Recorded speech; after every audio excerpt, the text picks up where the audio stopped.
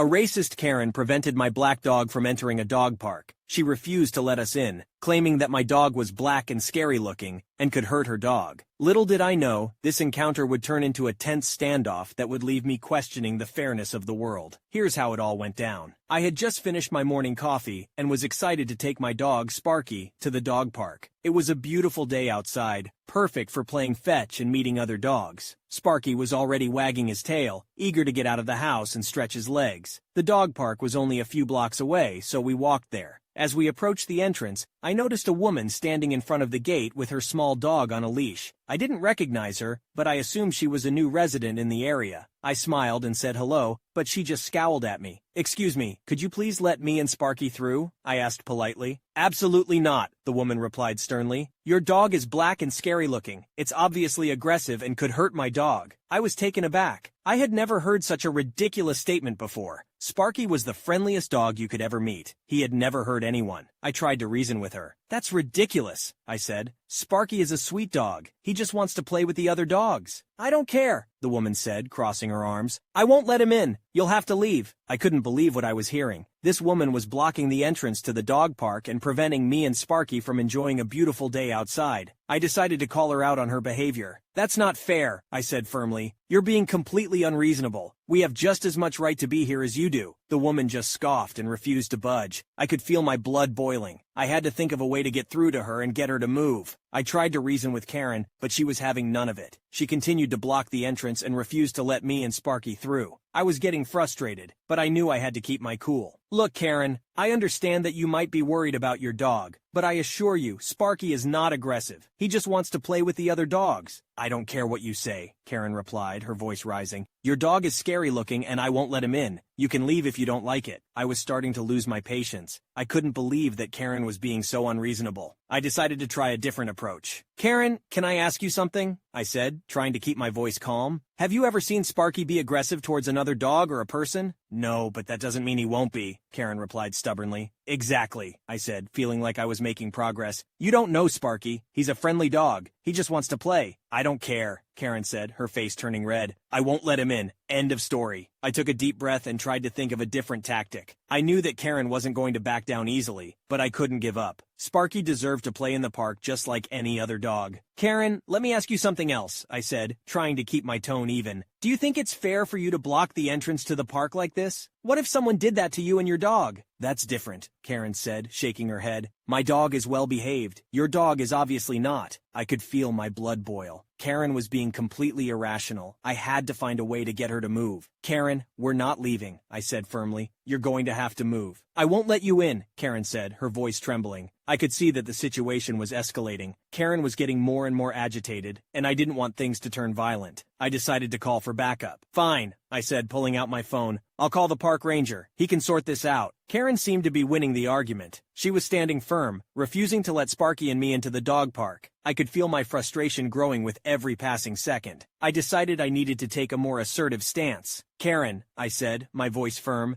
"you are being completely unreasonable. Sparky is a friendly dog. He just wants to play with the other dogs. You have no right to block the entrance to the park like this." "I have every right to do this," Karen replied, her voice rising. "I'm a taxpayer, and I pay for this park. You can't force me to let you in." "That's not how it works," I said, my patience wearing thin. "You can't just block the entrance to the park like this. You're preventing other people and dogs from enjoying it." "I don't care," Karen said, her face turning red. "I won't let your dog in. He's obviously aggressive and could hurt my dog." "That's not true," I said, my voice rising. "Sparky is not aggressive. He just wants to play. You're being completely irrational." "No, you're the one being irrational," Karen shot back. "You're trying to force me to let you in. I won't let you." I took a deep breath, trying to keep my cool. I knew that I needed to find a way to get through to her. "Karen, you need to move," I said, my voice shaking with anger. "You can't block the entrance to the park like this. It's not fair to Sparky or any of the other dogs and people who want to use it." Karen just stood there, her arms crossed, a stubborn look on her face. I could feel my blood boiling. I decided I needed to try a different tactic. "Karen, let me ask you something," I said, my voice calm. "Do you really think it's fair to judge a dog based on its appearance? What if someone judged you based on your appearance and refused to let you into a public place?" Karen looked taken aback. She hadn't expected me to turn the argument around on her. For a moment, there was a flicker of doubt in her eyes. That's not the same thing, Karen said, her voice softer now. Dogs can be dangerous. But Sparky isn't dangerous, I said, my voice firm. He just wants to play. Please, Karen, let us through. Karen hesitated for a moment, then finally relented. She moved aside, letting Sparky and me through. Fine, she said, her voice cold. But I'm watching you. I didn't care. I was just happy to be able to take Sparky into the park and let him play. As we walked through the gate, I could feel the tension in my shoulders finally starting to ease. I walked towards the bench where I had left my bag and sat down, feeling exhausted. Sparky ran around in circles, still full of energy. I took a deep breath and tried to calm down. Good boy, Sparky, I said, scratching him behind the ears. You did it! We made it into the park! Sparky barked happily and licked my face. I couldn't help but smile. I was glad that the whole ordeal was over. As I was sitting there, I noticed Karen out of the corner of my eye. She was standing a few feet away, glaring at me. Can I help you with something? I asked, trying to keep my tone neutral. I can't believe you got me kicked out of the park, Karen said, her voice trembling with anger. You're a horrible person. I didn't get you kicked out, I said, my voice rising. You were blocking the entrance. I just wanted to take my dog into the park. You're lying, Karen said, her eyes narrowing. You forced me to move. You're a bully. I'm not a bully, I said, my frustration growing. I just wanted to take my dog into the park. You were being completely unreasonable. You're the one who's being unreasonable, Karen shot back. You're a terrible person for treating me like this. I could feel my anger rising again. I didn't want to get into another argument with Karen, but I couldn't let her talk to me like that. I'm not a terrible person, I said firmly. I just wanted to take my dog into the park. You were blocking the entrance. End of story. Karen just stood there, her arms crossed, a look of disgust on her face. I could feel my blood boiling. I didn't want to be near her anymore. Fine, I said, standing up. We're leaving. Come on, Sparky. I grabbed my bag and started to walk towards the exit. Sparky followed me, still wagging his tail. I could feel Karen's eyes on my back as I walked away. As I left the park, I couldn't help but feel relieved. I had stood up for myself and my dog, and I had won. But I also felt a little sad. I had always loved coming to the dog park, but now it felt tainted by the memory of Karen. I decided to take Sparky for a long walk instead. We walked through the park and down the street, enjoying the sunshine and fresh air. Sparky barked happily at the passing dogs, and I couldn't help but smile. As we walked, I realized that I didn't need the dog park to have a good time with Sparky. We could have fun anywhere, as long as we were together. I felt a sense of peace wash over me.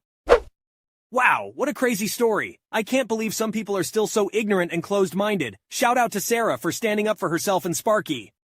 I won the lottery 5 years ago and haven't told anyone. I just got engaged. I won the lottery 5 years ago and kept it a secret. Now, I'm engaged and planning to reveal my secret fortune to my fiancé. But with family drama and a past addiction lurking in the shadows, I can't shake the feeling that the unveiling could go horribly wrong. Here's how it all went down. So after taxes, my winnings came to just shy of $4 million. I paid off all my debts, hired an accountant, fixed some things on my truck, and put most of it in savings. I kept my job, didn't move, and kept my fucking mouth shut. My brother is a meth head, my sister is a spiteful whore, and my mom still blames everything on my dad who died 10 years ago, so I didn't want them scrambling to pretend to give a shit about me for cash. I've been dating a girl for about 3 years now, and recently asked her to marry me. She said yes. I bought a modest ring, just over what people would expect given my known employment. This weekend I'm going to lay everything out for her, and I can truly know she's in it for me, and not the money. It's going to liberating to be able to buy what I want and take care of my friends, totally worth the wait. A commenter pointed out that the big thing here isn't how much the OP has from the lottery win, but the fact that winning the lottery is seen as such a significant event, and the OP's fiancé hasn't been made aware of it. That's true, the OP replied. At the end of the day, how much money anyone has in their bank account is no one's business but their own. It's just that instead of the conversation about how much I have stored away for our life together being, I have $15K, it will be, I have $4 million. She will certainly be shocked and want to understand why this information was not shared sooner. OP, make sure she understands that this wasn't about withholding things from her, but the fact that the money is in savings like it would be for anyone else out there. It's not a huge part of your everyday life and you're not defined by it, another commenter chimed in. That's the biggest thing for me, the OP said. It started out as keeping it away from my family and maintaining the life I'd built on my own. It just kind of snowballed from the, does she really like me, concern, and turned into a thing. It wasn't a planned test or anything crazy. The OP left the following update. Well, this has spawned some serious discussion, addressing a few things. We've already talked about prenups several times and are both in favor of them. She makes enough to support herself, and we're both financially independent of each other. I do plan on offering to pay for any legal fees if she wants counsel on the prenup. I have helped a few friends with small things financially. Most have paid it back. No, you can't have $1. For those of you who feel entitled to know the financial ins and outs of your SO's life while dating, that's your view. We're both adults who had careers prior to dating and have never needed to get into what is in our accounts short of, do you have this half of that bill? I've never told her I'm loaded or broke or gone over what my portfolio looks like because it hasn't come up, and I'm fine with not knowing hers. I do enjoy my job and the people I work with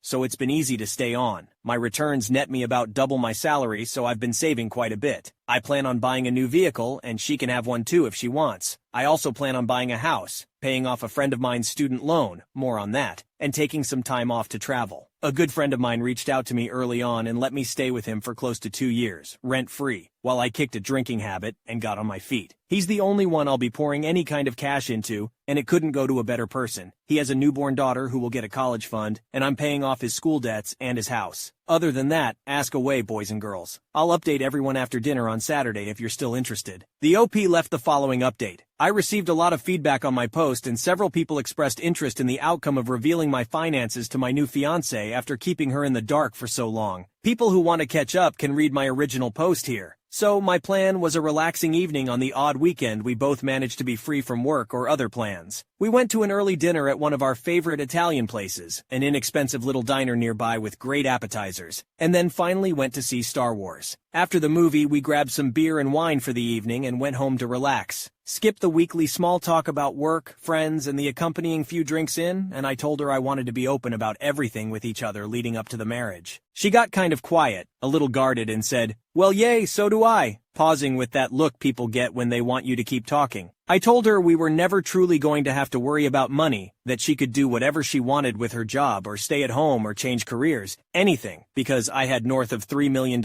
in the bank. Her response was the slow, "What are you talking about? How?" kind of thing. I got up and pulled a financial statement I'd printed out and stashed in the coffee table drawer, handed it to her, and told her I'd won it all a couple years before we met. She started crying, like sobbing, uncontrollably crying, and looked terrified. I got really worried and started explaining I kept it hidden because I didn't want my shitbag family hunting me down, that I didn't want people around me to change or to lose my friends. Then she started apologizing, saying she should have told me before I proposed. She has about $40,000 in student loan and credit card debt, and thought that was going to break the engagement. She thought I was so financially responsible that there was no way I'd take on that debt because she never told me about it. It's why she'd been so open to a prenup in the vague conversations we'd had about it before, why she'd never brought up or talked about money. So, after a long conversation about openness and trust, even mentioned some of you cynical bastards' opinions, we hashed out some ideas on what we would agree on for the prenup in regards to premarital debt, assets, and all that. I'm going to pay her debt off after we're married, so the tax issue is less of a concern, and all of my winnings will remain mine should we divorce. Interest and dividends will be marital assets. All told, I'm very pleased with how things played out, and we're in a great place for it. We're working with attorneys and my accountant this week, and I'll be putting my 2-week notice in at work. She wants to keep her job, but will request some time off so we can take a vacation and settle into actually enjoying some money. I talked my friend about paying off his house and all that. He very firmly refused anything for himself but was very grateful for the offer to set up his daughter's college fund. I'm going to keep leaning on him though. I think he'll come around to accepting some repayment of the kindness he showed me. Maybe a vacation at the very least, I don't know. That's all, folks. I'll check in from time to time if you guys have any questions. Happy Monday. A commenter asked, just out of curiosity, why quit your job? Is it a bad job? Is $3M enough to retire on? Or are you just going to work doing something you like instead? Either way, seems like everything worked out nicely. Good for you. OP said, I have an offer from a company that pays less but is more in line with what I'm interested in. Probably should have mentioned that. Honestly, I don't know how I feel about this. On the one hand, it's his money, and he can do what he wants with it. But on the other hand, keeping such a big secret from someone you're supposed to be building a life with doesn't seem right. And what's up with his family drama? This story has more twists and turns than a telenovela.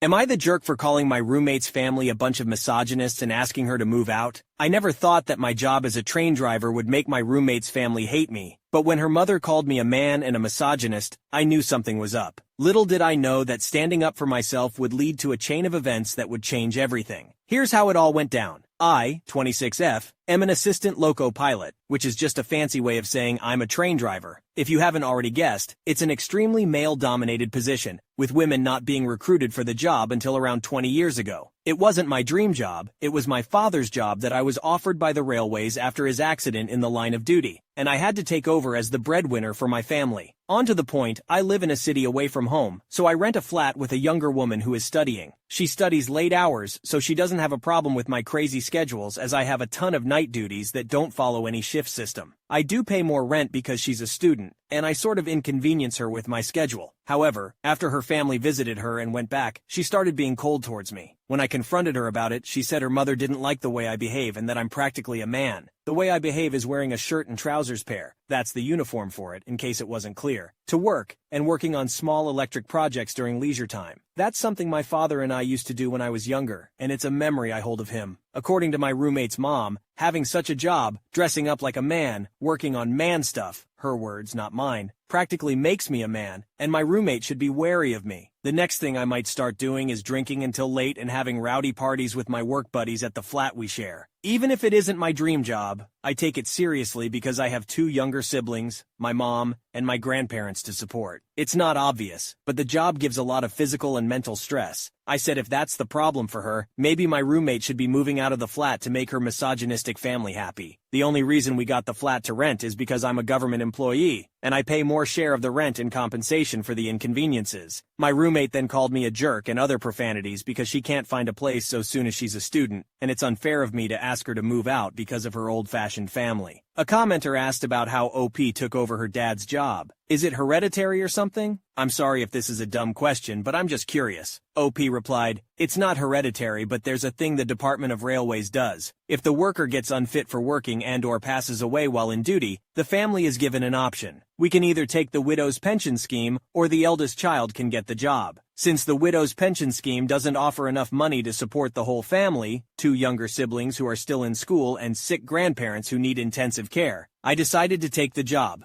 I had to drop my studies and take the training with stipend for the job. The OP also said, I know it's not ideal, but it's what I had to do to support my family. I'm hoping to save up enough to go back to school and finish my studies someday. The OP gave the following update. I've read the comments on my post, and while most were supportive, thank you all for that, I've seen some suggest my roommate possibly having problems within her family. I have to admit, I haven't given a thought in that direction. I'm privileged enough to come from a family that doesn't believe in gender norms, so my mind didn't go in that direction. Also, some of you suggested my roommate's father could have been abusive towards her mother or her. Considering all that, I decided to have a talk with her. Thankfully, her father isn't an alcoholic or abusive, but it became very apparent to me that her parents, especially her mother, are extremely controlling. If anyone doesn't know, breaking out of a mother's control, especially as a daughter, is very difficult. When I sat her down and talked with her, she apologized for the profanities and behaving the way she did. As it happens, her mother all but warned her to not get close to me, because of which she stopped interacting with me completely. I told her I understand and that I was there for her. I told her that I would have understood if she told me what happened. She replied by saying that she didn't really know what to do or what to say to me or to her mother. While I said we've resolved this, and she doesn't have to move out, she said she thinks that her moving out is actually a good idea, because she feels she would make her mother more angry if she continues to share with me. Meanwhile, since a couple of people suggested that I move to the railway quarters, I looked into that. I plan on shifting my mother and my grandparents here because it would be easier for my mother if she stays with me. One of my younger siblings is already staying in their university's hostel, and the other would be leaving for their university in August-September. I definitely cannot house my mother and grandparents in the current flat. One of my dad's old friends who still works with me kindly agreed to look into it and see if he can speed up the process due to his connections. I told my roommate if the processing and paperwork goes through, I will move into the quarters in September, and since their new semester starts in September, she can find a new roommate who is more acceptable to her parents and keep the place. I also told her that if she decides to stand up to her mother, I will be by her side and support her. No questions asked. P.S. People from other countries, please don't start saying that me getting my dad's old job is fake or my culture is unfortunate because it expects me to take care of my family. Every country operates differently, and due to different societal situations we have laws and policies that might seem strange to you. And every culture has different ways of doing things, and I think this is one of the very nice things about mine. I would have taken care of my parents and grandparents anyway, even if my father hadn't been in the accident and lived to see his retirement.